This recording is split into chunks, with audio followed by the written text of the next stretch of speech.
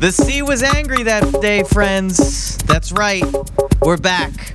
Totally Local Podcast. One more time. Episode 101. That's right. Colorful characters, lovely businesses, all kinds of people in and around the Jersey Shore area. Monmouth County, Ocean County. That's pretty much it. If you live outside of that, that's okay. You could still watch. But everything we do kind of covers that area because I love it so much. It's a beautiful day here. Believe it or not, you can see behind me the wonderful view we have here. Rooneys oceanfront. With me always here is Aaron, LG Insurance. How you doing, my man? 101, that's awesome. I know. Great, and as per usual, I'm just getting my watch party started. Don't worry, I'm not just texting some rando. We have Chef Thomas here from Rooneys. Thanks for joining us. Thank you. I'm happy to be part of it. And of course, we have Lauren Flanagan from Zynergy Retirement Planning. Did I get all that right? You did. Okay, happy cool. to be here. Thanks. Yeah, and it is 101, and this is where we start. This is going to be some wonderful lessons we're going to learn today. We're going to learn about delicious food from Chef Thomas, and we're going to learn about what to do, after we're done working, but before we die, basically. And hopefully you'll tell us what we're doing wrong. I really want to know what's going to happen to the stock market with the election. Oh boy, that's why she has a drink in front of her. We're going to get it. We're going to get it out of. We're going to get it out of. We're going to get it out. Popped back a little bit today. So. All right, that's good. That's good to know. It's never good though. Oh man! All right, so just to get into it, Rooneys, love it. It's a little not nice out today, so we did reserve a table, so we got in, thankfully. What do we got on the menu today? Well, as you mentioned, it's not the best weather. The week has not been kind to us. Rain, I think, I can't remember the last day there was sun at this point. But I'm going to kind of play off of that and give you guys some comfort food, some hot stuff, some things we're known for. We're going to do lobster macaroni. Nice. We're going to do some old and some new. We have a gratin cauliflower. I think it'll be a great cold weather, rainy day food. We'll do some lobster sliders. We're going to do some pretzel crab bites. Oh man, that sounds good. Just a little bit of. You read my Instagram because every time I'm here, I take a picture of what I'm eating. And the last time Andrew and I were here, I had lobster sliders. I think we're going to do some truffle Parmesan fries too. Just easy things to share and enjoy, and nice comfort cold weather. And mumble about while we're chewing. Yes, live exactly. on Facebook Live. It'll be great. Don't worry about it. One of us will talk, the other one will eat. The good thing is we got the entire restaurant to ourselves right now. Yeah. So. It's great. That hasn't been the case at all, but today it is. So we'll take advantage. How long have you been at Rooneys here? How long have you been working? Actually, I just finished my 6th year. Oh, really? 6 years, and it has gone. It's gone quickly, but it's the restaurant has changed and evolved and grown each year. Every year seems like there's no way we could possibly be busier, and we do. We find a way every year to just shock, defy the laws of physics, and we have so much space and so many seats and so many days, but we find a way to get busier and to improve, and hopefully the restaurant's better each year, and that's reflected in. I love it every time I come. That's reflected in the customer satisfaction and returning. So, what would the staff say about you? Are you tough but fair? Do you yell and throw things? Oh wow, that's a really good question. I need a camera in the kitchen. Most people say I'm the nicest and most friendly chef they know or have met. But when I need to find that gear, that I'm not a yeller, I'm not a thrower, I'm not cursing.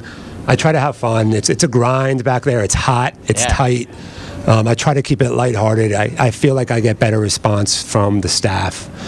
But when I do get upset, when something does piss me off, everybody stops what they're doing and listens, and they usually get reaction. I'm not crying wolf back there very often. So when I have to, I can turn it up, but I don't like to.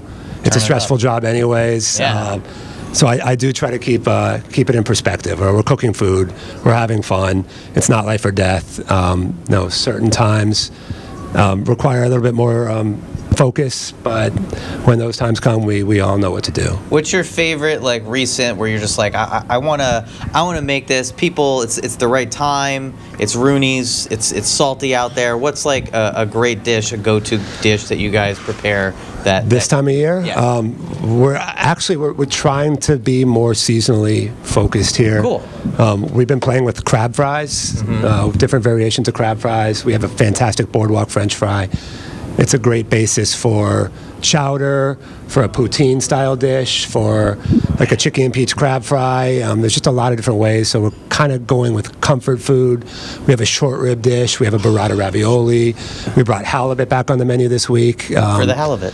Yeah. So we have a ribeye that is a poivre sauce, heavy coffee crusted poivre sauce, cauliflower gratin, which we'll be tasting. So all those things do lend themselves to the weather, to the season. I had heartier, I richer. had half a poppy seed bagel for lunch. Save room. You save room. I had to check my teeth for poppy seeds, and now I'm going to have to really kind of dig in, basically. Sounds awesome. So, Thomas, I'm from Georgia. South. Yeah. Wow. I'm a transplant. What made you come up here? So I've kind of gravitated north as I've gotten older. I started off in Georgia. I went to school in Tennessee. Went to culinary school in Manhattan, actually. So that was my introduction to the Northeast. And then I lived in Washington, D.C. for 7-8 years.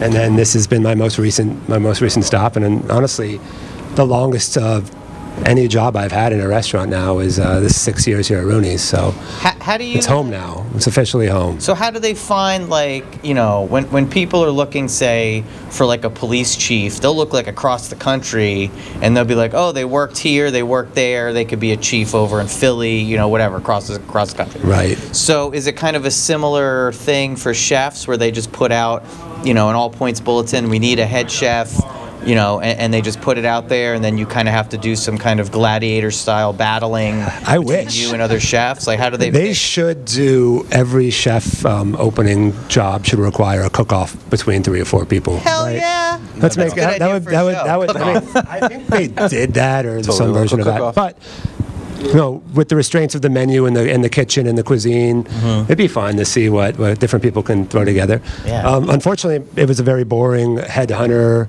interview, multiple interview type process. So not too exciting, but I think I was the first hire from the new management here when they took over. So I'm happy that I've hopefully done them proud, been here this long. Didn't last year you guys do like an in-house cook-off, the GM versus the executive chef versus who else was So what we do is, and we did, this is the last year. Last year we had to miss that because of COVID, but it's probably one of the most fun little in-house competitions. We do cooking classes, we do all sorts of demonstrations, but for this particular one, it's Daryl, the GM, myself, and my sous chefs. And so we have 4 different ingredients, 4 different courses, and we each do our take. And then it's blindly tasted by guests. You used to be able to buy tickets to You buy tickets, yeah. Regulars, people who love Rooney's.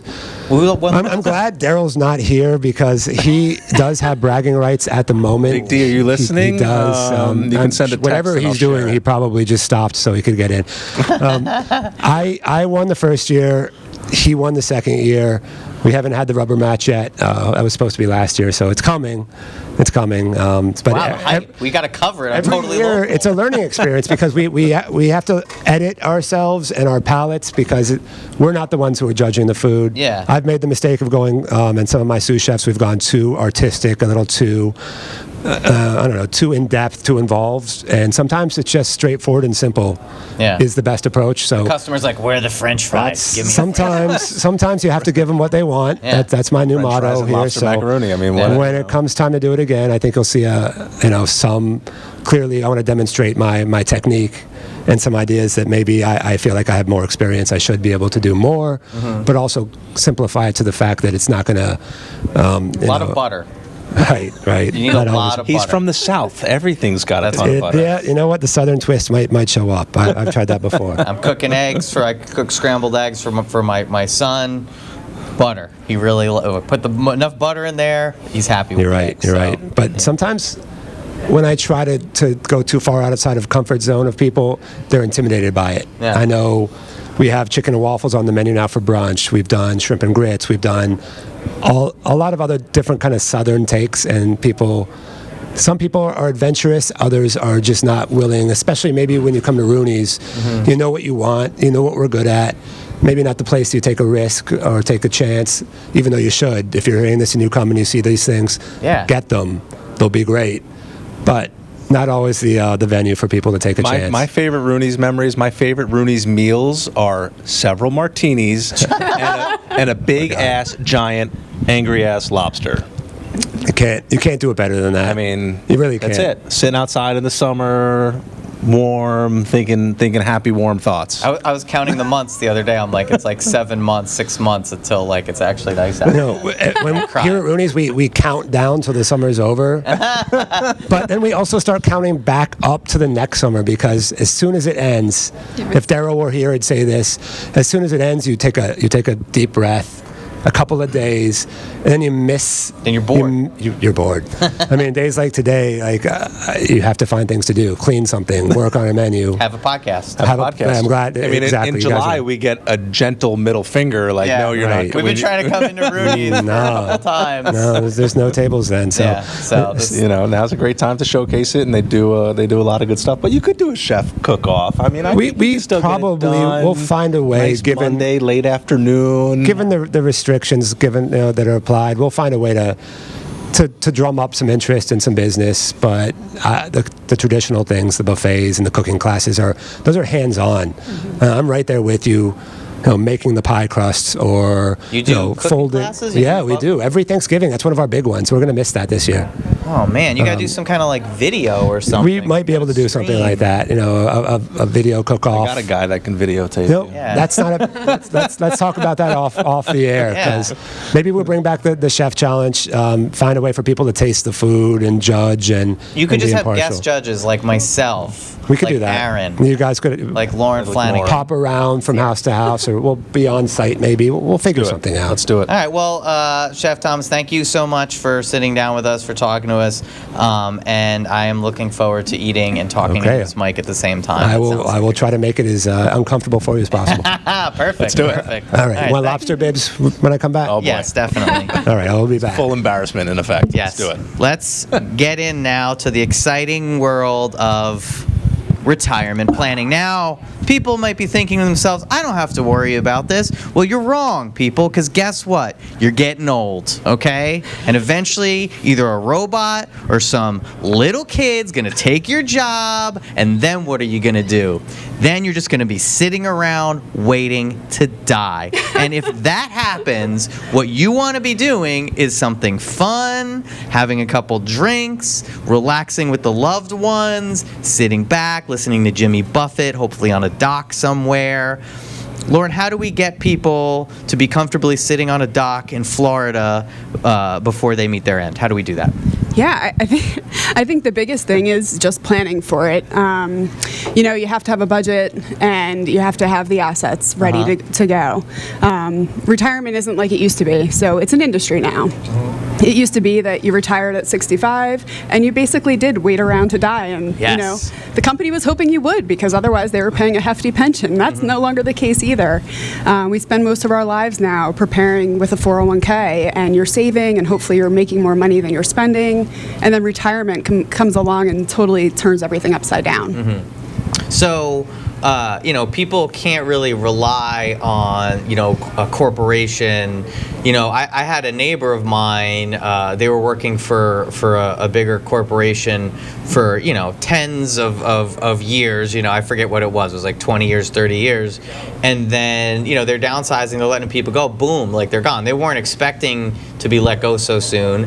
And all of a sudden, they're kind of just left in the wind there. So you're kind of left in these days, you're kind of left to your own devices unless you have some kind of, I don't know, cushy job. You should really be kind of planning it out for yourself, right? You can't rely on like these big companies. Yeah, and I think that's probably fair because most people aren't giving the loyalty to the companies anymore either. No way. But we sit down, probably 1 in 5 people now have a pension compared to, it used to be probably closer to 75%. So we're just not seeing that, and it's going to trend downwards from here because this is kind of still that generation that had them. So what are some, like, a piggy bank ain't gonna cut it? Like I go home today, I'm planning for my retirement. Like, what's the first thing I have to do? Do I have to, like, what do I have to do? To crack open the piggy bank? Do I, what do I do? Yeah, so believe it or not, the first thing that you should do is a budget. Because you have to find ways. I know, Aaron. No. We've had this conversation, right? No. But you have to have an idea of what's going out and where you can cut to make sure that you're saving. And a savings account's not going to cut it either. You need an emergency account, sure, so you want to have a little bit of savings. But beyond that, you need to get invested or your money's not going to keep up with inflation. It's not going to grow to a comfortable nest egg. How are my accounts doing today? We okay? We're up today. We're up today. Okay, cool. Glad you didn't ask me yesterday. But you know what? Can I have another investing for the martini long because term, we're right? up? Let's celebrate. So what is that like? So retirement planning, somebody sits down with you, they got the budget worked out. Like what are you telling them to do? And are people, as far as retirement planning goes, are people just paying you to give them advice, or are you like saying, all right, this is what you do, give us the money and we're going to put it into some kind of fund? I don't know how that works at all. Yeah, so it's a combination. We actually do a comprehensive financial plan for most of our members. So we're looking at things like risk management, and then we refer business over to Aaron. We look at cash flows. As people get closer to retirement, we're looking at Social Security, we're looking at Medicare. But the biggest portion of it is really investment management, and we do manage money. But what we do is a broadly diversified portfolio, and we use low-cost funds. That's really our strategy. So what happens, like, I don't know, if like, in that movie, It's a Wonderful Life, where like something happened with the bank and there was an angel and then he was gonna like jump off a bridge or something. I don't really remember Clarence. the movie, but like, yeah, Clarence. So, the bank, things happen. Like, how do you know that how you're investing the money, it's not going to all fall apart and economic collapse and buildings are on fire and the world is ending? How do you make sure that somebody's like, stockpile of gold is going to stay where it is and not be like, depleted or something? Right. I think the big thing, it goes back to diversification.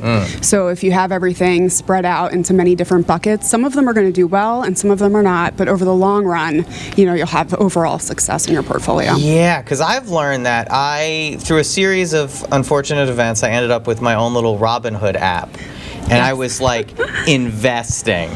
And my way to invest is to just kind of randomly throw money at stuff when people tell me to do it. And what I realized one day, this is what stopped me from doing this. This is what made me kind of get out of that game, is because I had no idea what I was doing. And I was like, I have X amount of money in here, and this one's up and this one's down, but I'm not basing this on anything. Right. And I'm wondering how many people are silly Americans like myself, where they're just like, oh, I got this, people like this one, I'm going to throw some money in that, I mean, almost everyone who's not working with a planner. Yeah. It's very emotional, and people will talk about, Tesla, for example, or Apple. And I bought that. It's down. If you're buying when it's overvalued, that's what's going to happen. Yeah. And those are the stocks people talk about. So when people are hyping about it, we're usually like, okay, now it's time to sell that. Yeah. And we really don't recommend individual stocks. That's the other piece of it. So. It's like a fund. It's like all put together in some kind of way where there's like, what is that called? Where you have just a bunch of stocks and somebody has like a group of them together and you're just putting money into a fund. There you go. Yeah, right? It's a fund. And some of the ways that we do that is low-cost ETFs, which is kind of like a bucket of all of the big stocks. So, you might be invested in large cap stocks, which are all the big companies that are growing.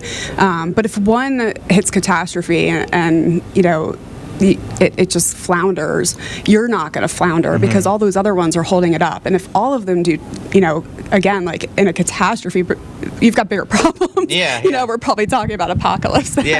At that point, buildings burning. yeah, no one's calling their retirement plan. We're like, oh, there's buildings on fire. Exactly. Portland. Yeah. So don't. How much money do I need to retire? That's a great question, but Aaron, it's different bring for it back. everybody. It really depends on lifestyle. So we see people who come to us with, $500,000 and are worried about whether they can retire, and they can do so comfortably. And we have people who come to us with $3 million, and there's no way they can retire comfortably given their lifestyle. So it really depends on how much is going out the door. What about people with no $1 million? What about people that are under that $1 million? Start now. We have Give me a lot of people $10. like that. Let's get it rolling. But yeah, I mean, the best thing you can do is start early, and there's a lot of vehicles when you are making less money too, like a Roth IRA, which is so powerful because all of the growth is never taxed again. So there's a lot of great tools when you start early. And you could help people with maybe their, I'm sure it's fun. Somebody walks in with a briefcase of $3 million. You're like, oh boy, my new client. But like, what about, you still could work with people that might not have that briefcase of $3 million, right? Our mission is actually to help people achieve, maintain, and enjoy financial freedom. So for me personally, I'd almost rather get the smaller potatoes and grow it into something bigger and help them. And there's so many people who we work through our stages, and it's so rewarding for them and for us. And it's nice to share that. Do you have could people look at a chart and you could say here's where you are now down here, and then here's where you're whatever 60, 70, 80, and here's where your money's. You could actually kind of better or worse kind of predict where it's going? Yeah, we have a really good sense. There's so many assumptions that go into it. So, if someone came back to me in 10 years with their financial plan and said, well, you said I'd have exactly this much. Well, I will tell you right away that I will not say you'll have that exactly that much. But we get pretty close. And what about inflation and stuff like that? We account for all of that. All right, good, because the dollar is not what it used to be. No, and it's a real problem. And that's, again, the problem with just saving in a savings account, because if you're earning 0.75 and inflation is 2% or 3%, or if it spikes at some point, you're going to be in trouble. You're going to run out of money. So, all right, so we're budgeting, we're coming to you to talk about stuff. We're not just gambling on stock. But basically what it is, like what I was doing, playing red at the roulette table. Yeah, what I was doing or may or may not. Too. You're allowed to do that so long as you have that fund set up and running. You can have the funny money too. Yeah, I mean, I was having a good time, and Sally Beauty, I was like, pandemic, people are going to be putting on the makeups at home. They're going to be doing the things, and they're not. I have to just hold on to it. And then Stitch Fix, I bought. That went up. That more than doubled, and I was like, that's great. The problem is I only bought one stock of that. One stock. That's okay. You doubled that money. I did. So now I have $30. Good job, Andrew. You did it. Yeah. So when you're looking to pick stocks or classes of stocks, you really want to look at valuation. And that's what so many people get into. You look at, people were saying Zoom. We started doing all those Zoom calls back in March. I bought some Zoom, one stock. I sold it, and I made $30. But by the time people were like, you should buy Zoom, it was way overvalued. Yeah. Although it's still going up. Yeah. What's it at? What's Zoom at now? Oh gosh, I don't know. It's I want to say it's well over $400. Is it really? Yeah, I may be Holy wrong. crap! I can check. Man, I did see. That's why you need somebody to talk to about this stuff, because I bought it at the beginning again. One stock. $487. Holy crap! Is the stock price today? But it's down $28 today from yesterday. Oh, Andrew. So if you looked at Zoom this time last year, which was probably a $30 stock, it's unbelievable. and you bought 1,000 shares, you're doing okay. Wow. Maybe I should. Great time to get out. Yeah. Maybe you would have hopefully gone out at 100. Yeah, exactly. Yeah, maybe I'm good at it. Maybe I was onto something and I just didn't believe in myself. So, I'll have to make some money on the stocks, and then I'll give that for my retirement. Do people come to you with like goals, like I want to retire and have a boat? Like, do they come to you with certain ideas as far as what? Chef Thomas, what's up? 2 minutes, guys. All right. Oh, Sweet. yeah. All right. You're gonna watch us chew and eat food and stuff. Do people come to you with like these goals, like this is where I want to be, and like how do I actually get there? Like how do they approach you with what they want? So it depends on the person. A lot of people are very goal oriented, so they'll come to us with their list. But we kind of draw it out of them too. Financial planning and retirement planning is a process. So we're not going to ask you for your net worth and then shoot out a financial plan. We sit there and we spend probably upwards of 3 hours together before we ever start doing anything. And it's really trying to find out your goals and your thoughts on money and your history with money and what you value, things like that. And how do you, like, I come in with my retirement dreams, like, you got to make money. Obviously, you're not doing this for the kindness of your heart. I'm sure there's a part of it, but it's like a small percentage, and there's a bigger percentage as far as like wanting to, make your own money. Yeah, sure, balance, whatever. Everyone's got to get paid for what they're good at, and how do you how do you get paid off of what these people want to do with their retirement? Right. So we're fee-only financial planners, which is a little bit different than the majority of advisors out there. So what that means is all of our revenue comes from our clients.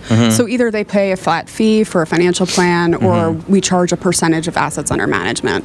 So our job is basically to make a certain percentage so that our fee is absorbed very easily. And we think of our fee as really a financial planning fee rather than a money management fee. And we feel like the services far outweigh the cost. Is there a point where people walk in with like a walker and they're like, I want to retire, and you're just like, bro, you are retired. You should retire. Get the hell out of here. You're too old for this. Get out. Go. Is there a point where people are just like too old and decrepit, you can't help them? I think we probably can help someone at every stage of the game. I can't say that that's ever happened, but we have had people come to us in their 80s and just kind of need help, even switching gears and maybe looking at more of a gifting strategy or something like that. So you're never too old for help, and you're never too old to start planning, although the best time to start planning was yesterday. All right, that makes sense. I missed it then. Oh, man. So I'm guilty with that strategy too, but I've been working with Lauren and Ryan for quite a few years now, and I don't look at my accounts on purpose. And then once in a while you sneak a peek and you're like, oh, there's a little bit of money in there. That's cool. Life is good. Like, it's that nice little surprise. You forget about it, then you remember it again, and and they do a good job with their communication and everything going on, especially through our current pandemic issues going on. I mean, the communication coming out of the office from you and Ryan has been phenomenal because everybody's scared shitless since March of where's my money going, and then the market was doing really good, then everybody's happy again, and people only seem to call you when the market goes down. Or do they call you when it goes up and say thank you? Oh, I mean, we get those calls every once in a while, but no, we were fielding panic calls for quite some time, and we've been again because of the election and the second wave of COVID coming through. But communication's a value for us, and I think it's especially important in this field because most advisors are not good at it. So what's better for the stock market, Trump or Biden? Look at the camera when you answer this. Yeah, I mean, the truth of the matter is there's no historical basis that either candidate would have an impact either way. We've seen markets do very well under Democrats, we've seen markets do very well under Republicans, and we've seen the opposite despite, all of the hyperbole out there about that. All right, that's you should run for office. That was a perfect answer. But I think what we will see is, some volatility, sure. I mean, when Trump got elected, the market was down 1,000 points, but it had already rallied before the opening the next morning, and then it went straight up from there. So I think what we're really going to experience following the election is a sigh of relief, like Tommy said before. Okay. And I was trying to catch her off guard, but I knew the answer that I was getting. So You did. It didn't work, but, it was worth a shot. What was, I want to, first of all, how are we going to eat this food? Like, how are we going to do this? I smell it. I smell it. Let's bring it in while it's. I mean, bring it in so people can bring it in. Let's get it on camera. And Meg's going to take some pictures before we. Oh my God! Before we trash the plates. Oh yeah. Oh, is that some prosciutto? We just need background music so we can eat for the next 45 minutes. We need to bring in like a jazz band to. Oh man. Oh wow. In a family style here. That's fine. That's cool. Wow. Holy crap. Holy moly. If anybody's hungry that's listening and you want to come to Rooney's, get here now before the food is gone. Chef, grab a microphone and tell us what's what. Yeah. While we've got the That's a good good camera idea. on us. Get in here. Give one to Okay, once again, thank you, Ming and the Shared Universe Podcast Studios. All right, Always a help. ladies and gentlemen, we have I'll be right from your left to right, we have our truffle fries.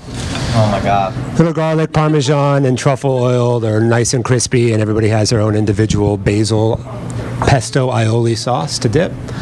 Next to that, this is our new fall burrata dish. So we kind of went with like a roasted ratatouille vegetables. A little bit of southern touch here. There's a peach and bourbon puree underneath that. And then we topped it with some cornbread, a little bit of cornbread breadcrumbs over the top. Next to that, that's our Tuna Bruschetta. That's just an old classic. Been on the menu forever. Little guacamole, rare sushi grade tuna, wasabi sauce, wakame seaweed salad, sesame seeds. The lobster mac, of course. It's a classic. And then a little newer dish here is a seafood gnocchi. So this one's been on for a summer and a half. It's toasted gnocchi in brown butter with lobster, Butter. jumbo lump crab, corn, basil, and cherry tomatoes. And finish that with just a little bit of a lobster butter drizzle. And then, as I mentioned, the cauliflower. This is a much larger portion, but this is the base of our new ribeye dish and just great comfort food. It's a Swiss cheese and curry bechamel sauce gratin. Bechamel. What does that mean? Bechamel is like just a fancy way of saying it's a milk sauce. It's a base. It's a base for most of your mac and cheeses, most of your dips, things like that.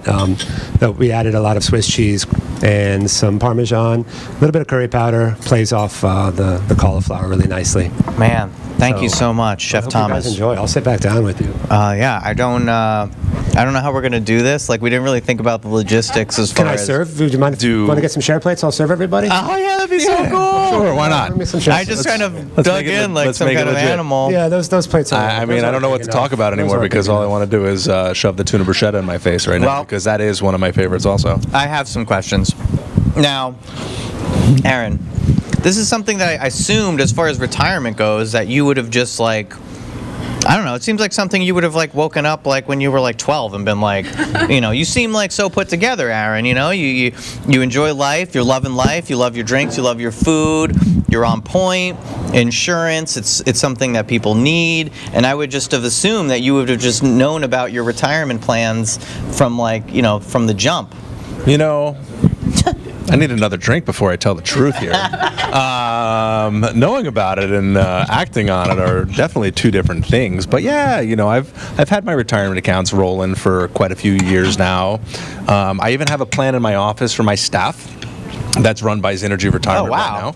We have a simple IRA plan that the employees get to participate in with an equal match, so I help all my staff out as well. And those accounts have been growing, very comfortably and nicely. So we keep contributing to keep things rolling, but at the same time, I still enjoy life to its fullest, to the best of my ability. But we have our security in place. We have the safety funds in place. We've got the retirement funds growing, hopefully for another 20 years. The 529 accounts for the kids are in the works. So hopefully in 20 years, life will be good. That's good. And But right now we'll just keep grinding and we'll keep trying to grow the business, keep making money. Lauren's a great referral partner. She wants her members to retire safely and comfortably. Well, sometimes that involves a little bit of insurance as well. So how does that fit together? How do those two things kind of... We'll work with Lauren. Sometimes there'll be a life insurance need where we'll help out somebody that's not of retirement age, that's growing their funds, get their life insurance in order. So we protect those funds, protect the estates. As people get to retirement age, we want to protect the assets, and sometimes we do so with a long-term care policy. This is where Jason comes in. We have these conversations with Jason about the long-term care accounts, the life insurance, and there's different strategies for each of these types of accounts, and we work with Lauren and Ryan and the team at Zynergy to help design the right thing for each client, because every client's going to have a different type of need, every client's going to have a different type of want and a different type of ability, for that expense, that insurance expense, that insurance investment, right? If we're going to call it an investment, because it's protecting an asset. Yeah, it is part of an investment strategy that we put in play with Zynergy Retirement. So we definitely do that. Sometimes if people are still working, we'll work on the disability insurance, the paycheck protection for those that are still employed and still working. That's one of my favorite types of policies for business owners and people that are working and earning good incomes. You want to protect that paycheck so that you can get to that retirement age and go on the trips that Zynergy puts out for some of its clients. They do some awesome stuff on the charity side, the enrichment side for their members. Every year there used to be an awesome dinner pre-COVID. It's coming back. Everything's better than ever. Everything's fucking pre-COVID. That's right.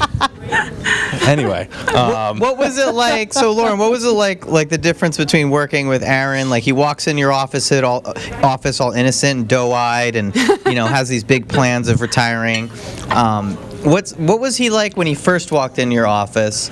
And like, has he kind of tempered it down to kind of brought in some understanding as far as what it means to actually have a retirement plan? I mean, I think with Aaron, what you see is what you get, right? There you go. That's very true. That was safe. But I think it's true.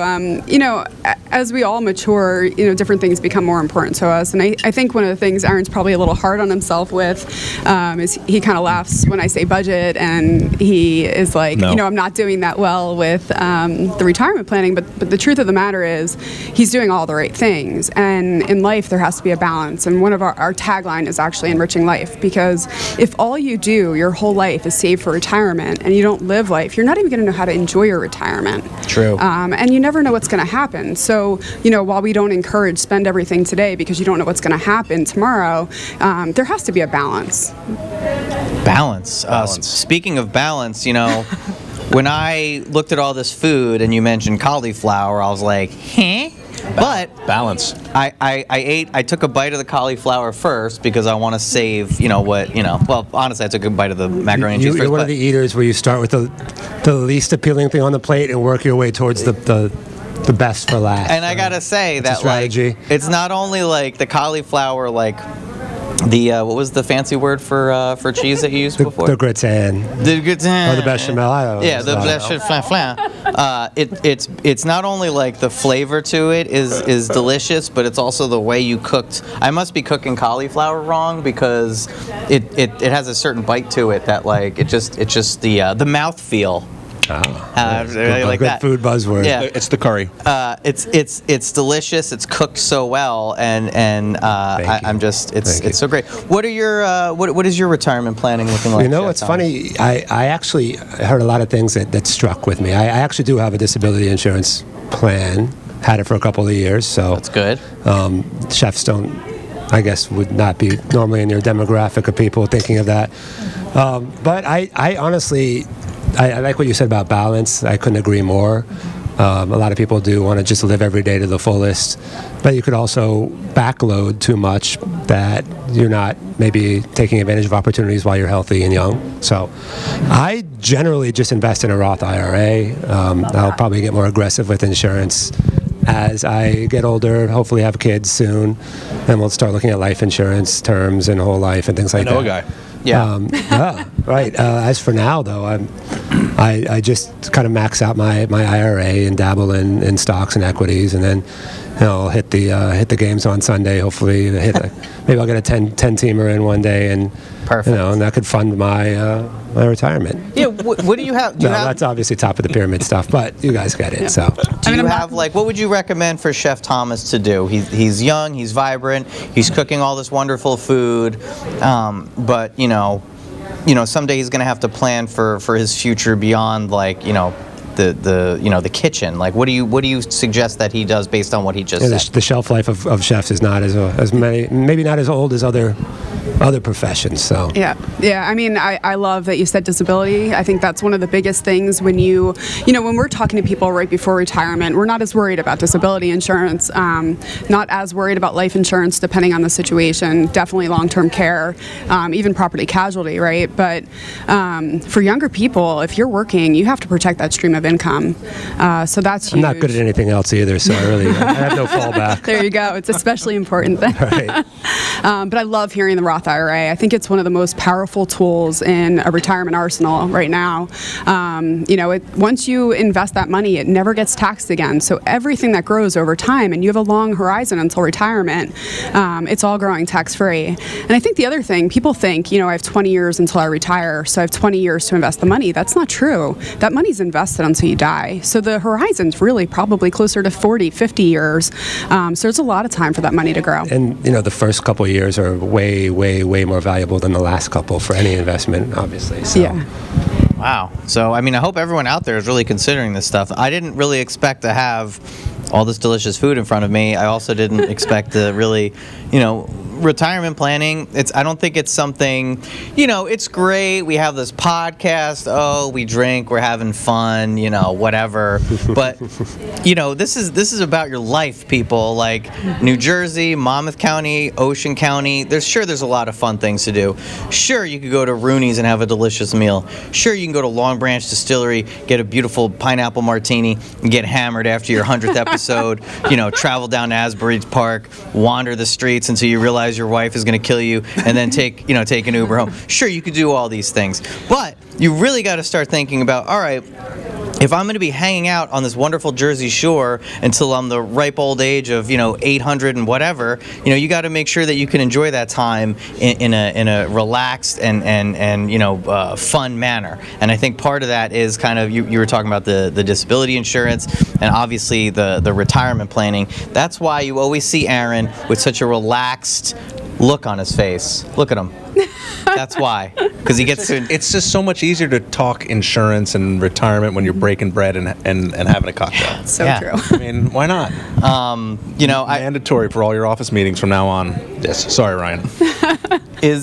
So Lauren, I think we covered a lot. Is there anything else that you'd like to tell people before they go out into the world and plan on their retirement? Yeah, sure. I think if you're not going to work with a planner, the number one thing you can do is pay yourself first. Mm-hmm. So obviously I'm a big proponent of budgeting, but if you pay yourself first, take 10% off the top, 15% eventually. That should be your ultimate goal. But if you're saving 10% of your total income every year, you're going to be in good shape. And then use that other 90% to support your lifestyle and Get enjoy wild. life. 90%, go nuts. But that 10%, put in your back pocket. Or save fund for your a rainy children day. in our cases, right? Exactly. Chef Thomas, I can't say enough. I'm going to eat all of this food, and then I'm going to eat more food. Listen, dig in, it's all yours. Chef Thomas, thank you so much for all this.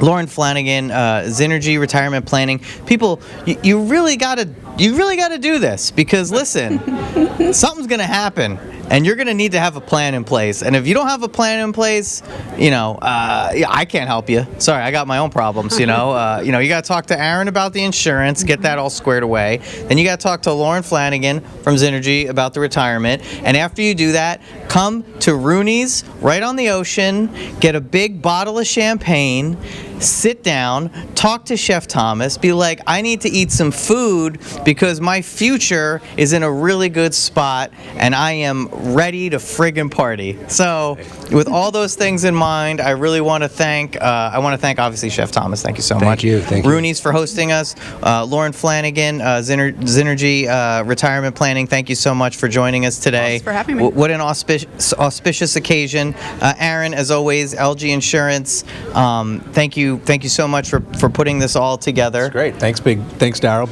Big D for hooking us up. Thank you, Thomas. We got to get Daryl on here. Next time. Cheers. Yeah. We'll Cheers. get Daryl next time. Ming, a Shared Universe Podcast Studios. Please, let's wrap this up so you could come in here and get some of this wonderful food. Until next time, guys. Instagram, totally_local_podcast on Instagram. Facebook, if you're watching it right now, you know where we are. Just look up Totally Local Podcast. TotallyLocalPodcast.com. That's it, man. That's all, because I want to eat some food now. Bye-bye, people. Oh, man.